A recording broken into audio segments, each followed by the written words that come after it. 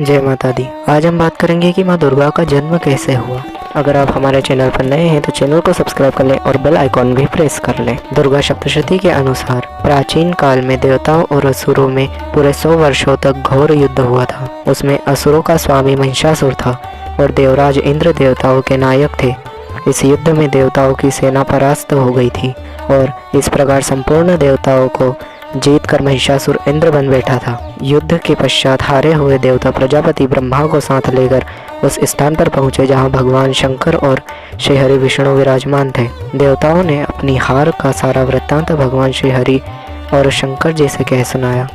वे कहने लगे, हे प्रभु, महिषासुर सूर्य, इंद्र, अग्नि, वायु, चंद्रमा, यम, वरुण तथा अन्य देवताओं के सारे अधिकार छीनकर सबका अधिष्ठाता स्वयं बन बैठा है।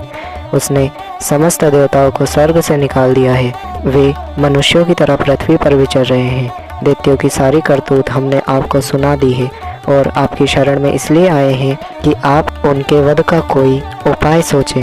देवताओं की बातें सुनकर भगवान श्री हरि और शंकर जी को दैत्यों पर बड़ा क्रोध आया। उनकी भौहें तन गई और आंखें लाल हो गई।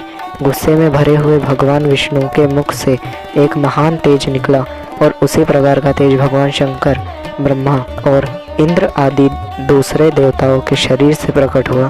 फिर वह सारा तेज मिलकर एक हो गया और तेज का वह पुंज ऐसे दिखाई देता था जैसे ज्वाजल्यमान पर्वत हो। देवताओं ने देखा कि उस पुंज की ज्वाला चारों ओर फैली हुई थी और देवताओं के शरीर से प्रकट हुए उस तेज की किसी और अन्य तेज से तुलना नहीं हो सकती थी। एकत्रित होने पर वह तेज एक देवी के रूप में परिवर्तित हो गया और अपने प्रकाश से तीनों लोकों को व्याप्त जान पड़ा।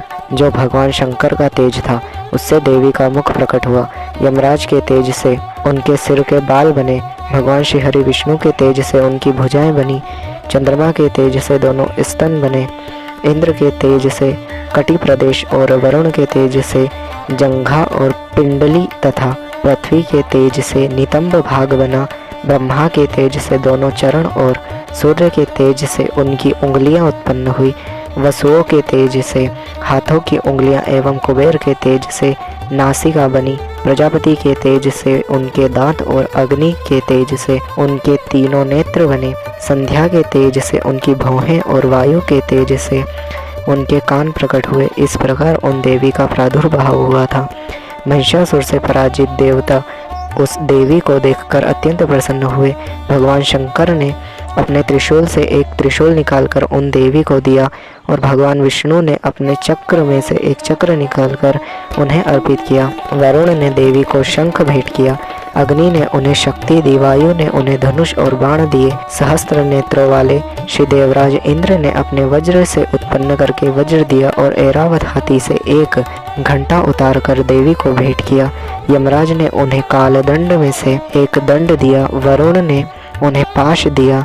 प्रजापति ने स्फटिक की माला दी और ब्रह्मा जी ने उन्हें कमंडल दिया। सूर्य ने देवी के समस्त रोमों में अपनी किरणों का तेज भर दिया। काल ने उन्हें चमकती हुई ढाल और तलवार दी तथा क्षीर सागर ने उज्ज्वल हार और दिव्य वस्त्र उन्हें भेंट किए। इनके साथ ही उसने दिव्य चूड़ामणि, 2 कुंडल, कड़े, उज्ज्वल अर्धचंद्र, बाहों के लिए बाजूबंद, चरणों के लिए नूपुर, गले के लिए सुंदर हंसली और उंगलियों के लिए रत्नों की बनी हुई अंगूठियां उन्हें दी। विश्वकर्मा ने उनको फरसा दिया और उसके साथ ही अनेक प्रकार के अस्त्र और अभेद्य कवच दिए और इसके अतिरिक्त उसने उन्हें कभी न कुम्हलाने वाले सुंदर कमलों की मालाएं भेंट की।